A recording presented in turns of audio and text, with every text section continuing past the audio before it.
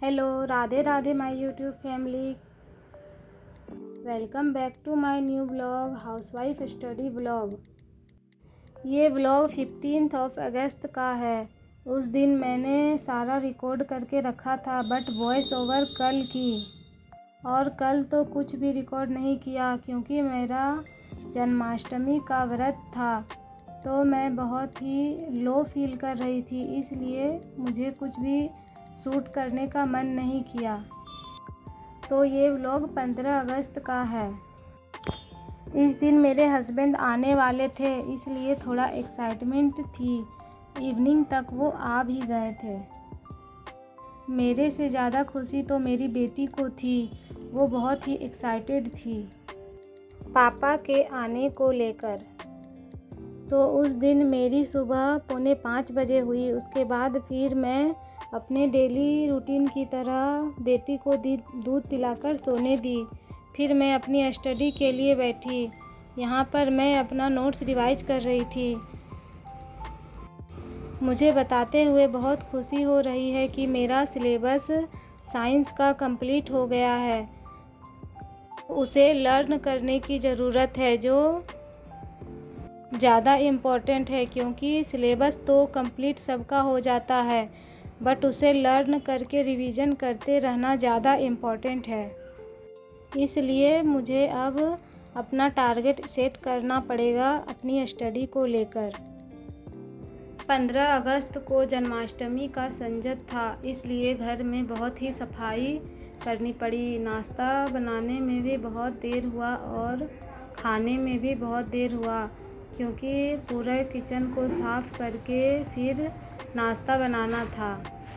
त्योहार में पढ़ाई थोड़ी बहुत कॉम्प्रोमाइज़ करनी पड़ती है, क्योंकि वो सब भी काम बहुत ज़रूरी होते हैं। अब मैं अपनी स्ट्रेटजी बना रही हूँ कि किस तरह स्टडी करना है, ताकि सारा टॉपिक अच्छे से लर्न हो जाए।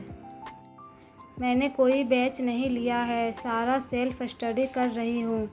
इसलिए सारे सोर्सेज को खुद खोज कर उसी के हिसाब से स्टडी करनी है।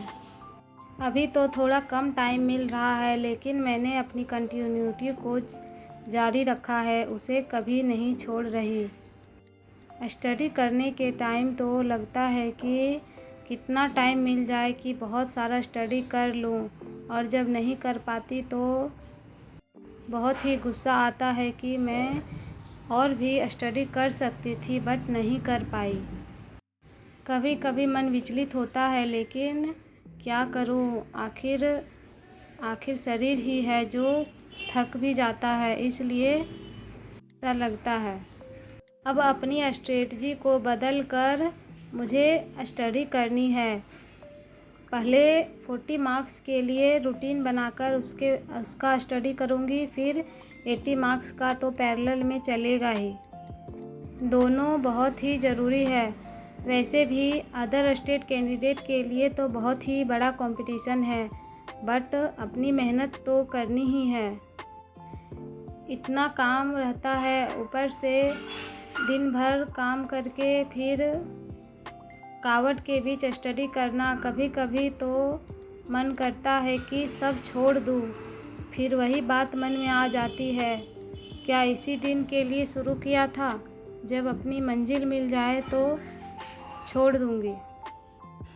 उस दिन यहाँ पर रैली निकल रही थी स्कूल के बच्चों द्वारा, जिसे देखकर मन में याद आ जाता है कि हम भी बच्चे थे तो कितनी मस्ती करते थे।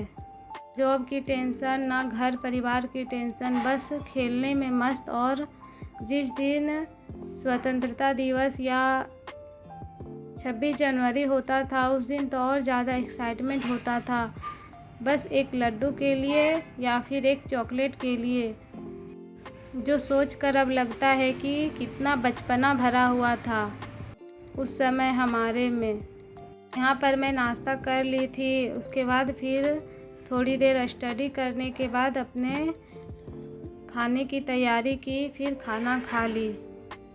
तब तक मेरे हस्बैंड आ गए थे।